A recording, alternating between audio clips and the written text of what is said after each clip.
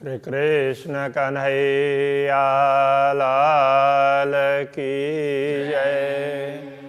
श्री निजानंद स्वामी की जय। श्री प्राणनाथ प्यारे की जय। बहुविध भेजा कुर्बान तिन में शब अरशुन्यामत खिलवत वाहिदत शुद्ध भई और शुद्ध दई क्यामत और शुद्ध दई क्यामत। श्री कृष्ण कन्हैया लाल की संभवतः कल के प्रसंग में था, पूर्ण ब्रह्म परमात्मा के आदेश नहीं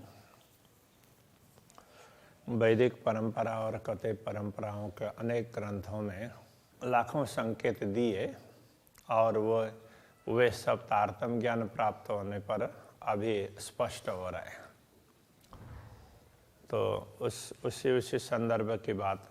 तो इस प्रकार बहुत प्रकार से पूर्ण ब्रह्म परमात्मा का संदेश दुनिया में आया और इसी से पता चलता है कि आत्म जागृति का समय और परम धाम के अद्वैत भाव को समझने का, तो वो आत्मा को जागृत करके कैसे परम धाम के अद्वैत भाव को समझ सकते हैं वो पता चलता है। दो हादियों दई साहिदी मिलाए दिए निशान। तो दोनों परंपराओं में भी अनेक गुरुजन हुए। तो दोनों परंपराओं के गुरुजनों ने इस तरह से समझना चाहिए। वैसे मात्र दो की गिनती करते हैं तो यहाँ दो हादियों में इस प्रकार भी कहा जाता है कि एक और रसूल मोहम्मद ने समझाया और दूसरी ओर सतगुरु श्री देवचंद्र जी महाराज ने समझाया। किंतु इतने मात्र से हुक्म में वेद कतेब में लाखों लिखे निशान, तो ये बात स्पष्ट नहीं हो पाती है। तो रसूल से पहले भी अनेक लोगों ने कहा था और सतगुरु देवचंद्र जी महाराज ने तो ये केवल कहा नहीं, उन्होंने तो कुंजी ला करके, चाबी ला करके, ताला खोल करके सारा स्पष्ट कर दिया। जो कते परंपरा में बातें कही जा रही थी, वैदिक परंपरा में बातें कही जा रही थी, उन बातों को लेकर के दोनों समुदायों में भी स्पष्टता नहीं थी। साथ साथ में परस्पर में संघर्ष भी ज्यादा था। तो वो स्पष्टता करना बहुत आवश्यक था। तो सतगुरु श्री देवचंद्र जी महाराज ने ये स्पष्टता कर दी है। इसलिए यहाँ पर दोनों परंपराओं के ये समझना ज्यादा उचित रहेगा। दो हादियों दई साहेदी साक्षियां दी मिलाए दिए निशान, और सारे निशान सब स्पष्ट कर दिए, सारे संकेत इतना सब समझा दिया तारतम्य ज्ञान के माध्यम से। तो भी लज्जत न पाई रूहों ने। तो ब्रह्मात्माओं के लिए कह रहे इतना होने पर भी तुम्हें उनका जिस प्रकार से स्वाद लेना चाहिए था तो वो तुम ले नहीं रहे हो। हाय हाय जो इति भई पहचान, इतनी पहचान होने के बाद में तो तुम्हें तो अक्षरातीत धामधनी के सानिध्य का स्वाद तुरंत लेना चाहिए। हौज जोए की साहेदी, ताल की, यमुना जी की, उसकी भी साक्षी दी। और जिमी बाग जानवर, और जिमी बाग जानवर, तो परम धाम की भूमि, बगीचे, पशु पक्षी वगैरह दई जुदी जुदी दो साहेदी। तो दोनों परंपराओं में अलग अलग तरीके से उनकी साक्षी समझाई गई है। और सतगुरु श्री देवचंद्र जी महाराज ने ये सारी बातें स्पष्ट कर दी। और आज दोनों परंपराओं की बातें तुलनात्मक रूप से भी समझाई जा रही है। तो भी दिल गला नहीं पत्थर, तुम्हारा दिल पत्थर की भांति बन करके ऐसा कठोर रहा कि अभी तक पिघला नहीं। दो अरस कहे दो हादियों, तो दोनों परंपराओं के गुरुजनों ने बताया है। और इसमें ये नेतृत्व के रूप में कहें तो अब कथे परंपरा में तो फिर रसूल को, और वैदिक परंपरा में सतगुरु श्री देवचंद्र जी महाराज की बात कर सकते हैं। तो वैसे सतगुरु श्री देवचंद्र जी महाराज ने तो सारे शास्त्र ही पूर्ण ब्रह्म परमात्मा की बातें स्पष्ट करने के लिए हैं, और उनकी वो तुम लोगों को साक्षी दे करके इसमें से तुम जागृत होकर के परम धाम का अनुभव करो। तो सारे शास्त्र तुम्हें पूर्ण ब्रह्म परमात्मा की साक्षी दे रहे हैं। तो उन्होंने तो दोनों प्रकार की सारी बातें समझाई है, इसलिए उनको केवल एक वस्तु में जोड़ना शायद सीमित उसमें रखेंगे। इसलिए दोनों परंपराओं के जो भी गुरुजन हुए हैं उस प्रकार की बात कर सकते हैं। कई अरसों की मोहलाता उन्होंने धाम की, परम धाम की महल मंदिर उन सब की चर्चा भी की है। कई अमरद और किशोर, कथे परंपरा में अमरद सूरत ऐसा कहा गया, और वैदिक परंपरा में किशोर स्वरूप, चिदादित्यम किशोरांगम, अभी तो बहुत पहले का श्लोक है। तो ऐसे किशोर स्वरूप की, युवा स्वरूप की, किशोर स्वरूप की बातें वेदों में भी युवा स्वरूप की बात आती है।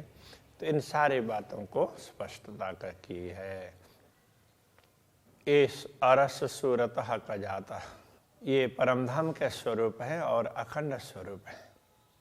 तो ऐसे अक्षरातीत धामधनी ने तो क्या किया, भेजिया बेशक दारू हयाती। तो वो हयात होने का मतलब सदैव जीवित होने का अनुभव करने वाले दवा भिजवाई ज्ञान की, तारतम ज्ञान की। तुम पे मेरे हाथ हबीब, तो मेरे वो हबीब तो परमात्मा के लिए कहा है, प्रियतम परमात्मा ने मेरे साथ ये भेजा है। इस प्रकार सतगुरु श्री देवचंद्र जी महाराज ने कहा। देखो, कथे परंपरा में अमृत सूरत की बात कही जाती है, और वैदिक परंपरा में किशोर स्वरूप की बात कही जाती है। हे ब्रह्मात्माओं, तो तुम अखंड परमधाम के ही हो, पूर्ण ब्रह्म परमात्मा के ही अंश हो। तो तुम्हें ये अनुभव करवाने के लिए पूर्ण ब्रह्म परमात्मा ने मेरे हाथ में ये चाबी बेच दी है। इस प्रकार से सतगुरु ने समझाया। ऐसा करके प्रहलाद जी कह रहे हैं किए 14 तबक मुर्दे जीवते, तुमको ऐसे किए तबीब, तुमको ऐसे वैद्य बना दिया। तबीब का अर्थ वैद्य, कि जिसमें 14 लोक, इस 14 लोक में कहने का तात्पर्य सारी सृष्टि, केवल 14 लोक की बात नहीं कर रहे हैं। ये पूरी सृष्टि ही एक प्रकार से परमात्मा के विषय में तो अचेत थी, पता ही नहीं था, तो मुर्दे की तरह से उनको जीवित कर दिया। कहने का तात्पर्य उनको समझा दिया कि पूर्ण ब्रह्म परमात्मा ऐसे है, तो वो मुर्दे को जीवित करना। तो तुमको ऐसे वैद्य बना दिया कि तुम्हारे कारण तो ये मरे हुए लोग भी जीवित हो जाएंगे। तो मुर्दे का जीवित होना कोई उसकी उस प्रकार की बात नहीं है।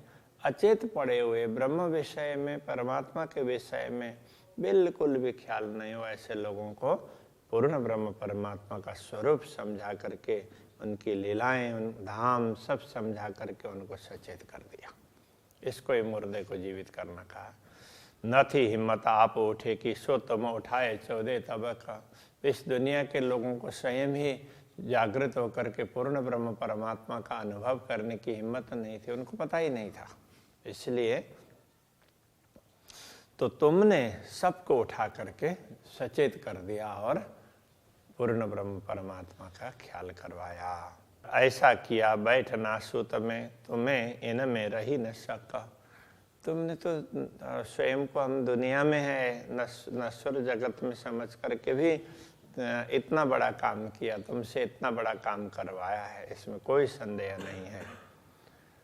ऐसे बेशक होए कि तुम्हें अजून अरस लज्जत, इतना सब होने पर भी ऐसा ज्ञान तुम्हें दिया, तुम्हारे माध्यम से दूसरों को जागृति आ रही है, तो तुम फिर भी अनुभव नहीं कर रहे हो, अभी तक तुम्हें स्वाद नहीं लग रहा है।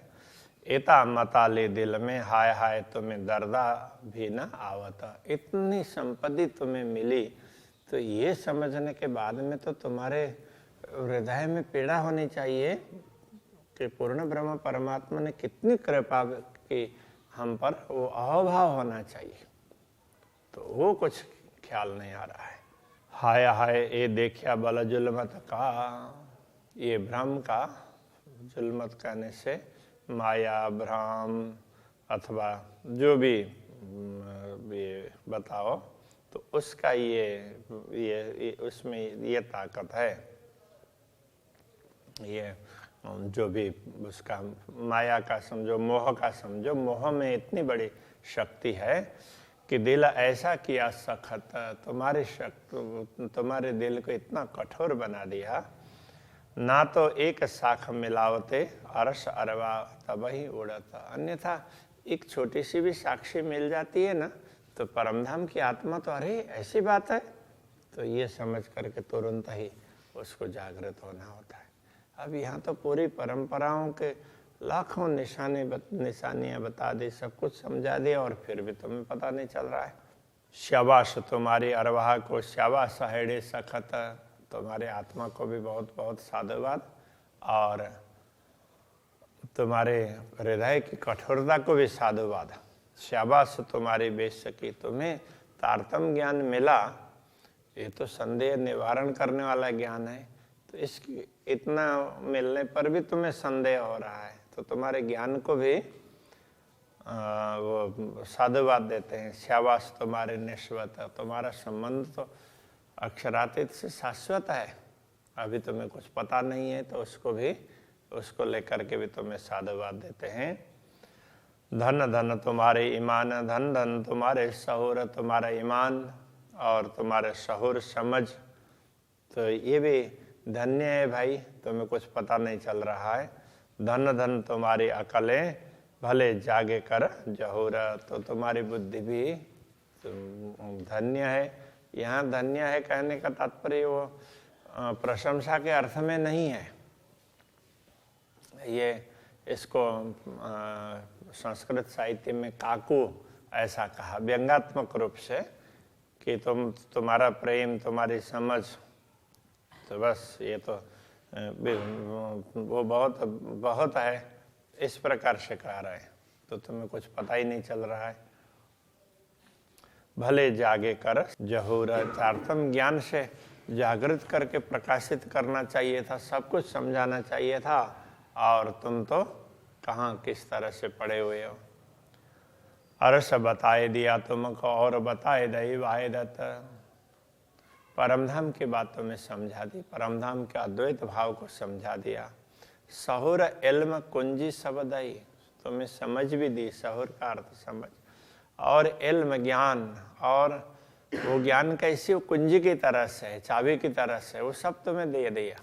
बैठा है माए खिलवत, तो परमधाम में बैठे हुए अनुभव करवाया तुम्हें, इतना सब कुछ दिखा दिया। फिर भी एता मता जिन दिया तेना आप देखावत केती बेरा, जब इतनी बड़ी संपत्ति तुम्हें दिया फिर भी तुम्हें पता नहीं चल रहा है, तो वो स्वयं को दिखाने में कितना समय लगाएंगे, तो अपने भी तो दर्शन करवाएंगे ना, तो तुम थोड़ा सा दर्शन करने की लालसा तो रखो। पर तुम्हें राखत दो के दरमियान, न तो क्यों रहे मोह अंधेरा, तो तुम्हें तो दोनों के बीच में रखा, तो बिल्कुल मोह में कंप्लीटली मोहग्रस्त भी नहीं किया, थोड़ा ख्याल करवाया, और कंप्लीटली जागृत भी नहीं किया। तो इस तरह से तुम दोनों के बीच में रह करके कभी तो थोड़ा सा जागृत हो रहे हैं ऐसा लगता है, और कभी फिर माया मोह में सोए हुए हैं। तो ऐसे थोड़े से जागृत, थोड़े से तो सोए हुए, इस तरह की परिस्थिति में ला करके तुम्हें तुम्हारी अपनी क्षमता दिखाई है। ना तो क्यों रहे मोह अंधेरा, यदि तुम जागृत हो जाओ तो ये मोह अंधेरा क्यों रहेगा, अन्यथा ये तो मिट ही जाएगा ना। तो तुम्हें दोनों के बीच में लटका रखा है। बड़ाई तुम्हारी बकामी ने निपटत ही निहायत, परमधाम की तुम्हारी महिमा इतनी ज्यादा समझा दी, तुम्हें खुदा कर पूजसी ऐसी और न काहू सिपत। और दुनिया के लोग जब मुक्ति स्थल में पहुंचेंगे तो तुम्हें अपने इष्ट समझ करके तुम्हारी पूजा करेंगे। इतनी तुम्हारी महिमा बता दी, ऐसी महिमा किसी की नहीं है। ऐसी हुई ना होशी कबों जो तुमको दई साहेबी, जो तुम्हें प्रभुत्व दिया है तो ऐसी घटना ना कभी हुई है और ना कभी होने वाली है। ए सुधा अजो तुम्हें ना परी, सुधा आगू तुम्हें होएगी।